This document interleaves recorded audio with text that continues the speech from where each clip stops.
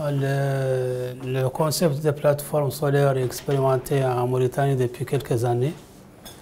Nous l'avons mis en œuvre pour essentiellement lutter contre la pauvreté dans les villages reculés du pays qui sont loin des réseaux électriques. Et ça permet plusieurs avantages. Ça permet de disposer d'une source d'énergie au niveau de ces villages. Et c'est l'énergie solaire qu'on a exploitée parce qu'on a beaucoup d'énergie solaire chez nous. Donc ça ne coûte pas cher. Au début, on fait l'investissement et après, ça ne coûte pratiquement plus grand-chose en matière de maintenance, etc. Les villageois ne payent pas de facture à la fin du mois, etc. Donc ça, c'est un avantage. L'autre avantage, c'est que ça permet aux femmes de se libérer d'une charge parce que les femmes utilisaient les moulins traditionnels pour moudre les milles et ça leur prenait beaucoup de temps et beaucoup d'efforts. Maintenant, on peut utiliser des moulins électriques pour faire cette tâche. Ça a deux avantages. Ça fait gagner du temps aux femmes et ça leur permet de gagner de l'argent parce que tous les villageois viennent pour moudre les grains et payent en contrepartie. Donc ça leur permet d'avoir un revenu, donc ça permet de lutter contre la pauvreté.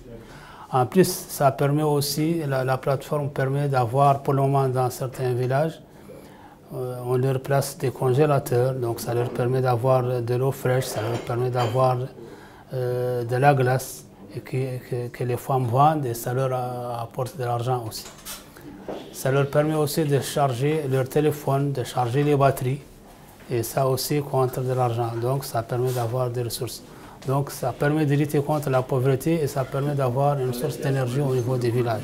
Et il y a d'autres modules parce qu'il y a des villages qui nous demandent par exemple de mettre un module soudure. Il y a des villages qui nous demandent de mettre un module coiffure. Il y a un coiffeur qui est au village qui utilise l'énergie solaire pour rendre le service aux villageois. Il y en a qui nous demandent de mettre des machines à coudre. Donc, selon la demande, on place le module que les villageois demandent. Et nous envisageons de mettre, pour le moment, c'est dans 4 ou 5 wilayas. Nous envisageons de passer à l'échelle bientôt pour essayer de couvrir pratiquement tout le territoire national pour que le concept ait plus d'impact au niveau du territoire national. Nous envisageons aussi d'élargir les activités, nous envisageons de faire des réseaux électriques, de faire aussi des réseaux d'eau dans certains villages pour la phase prochaine. L'outil WAZ est un outil informatique qui permet d'avoir beaucoup d'informations sur les plateformes dans la sous-région. Pour le moment, 4 pays ont déjà introduit des informations dans l'outil. Le Sénégal, le Burkina, le Mali et la Guinée. On a pu découvrir beaucoup d'informations sur le nombre de plateformes dans ces pays, sur les différents modules qu'il y a, sur les activités, les AGR que les femmes font, sur une boutique en ligne qu'il y a qui vend les produits de ces pays.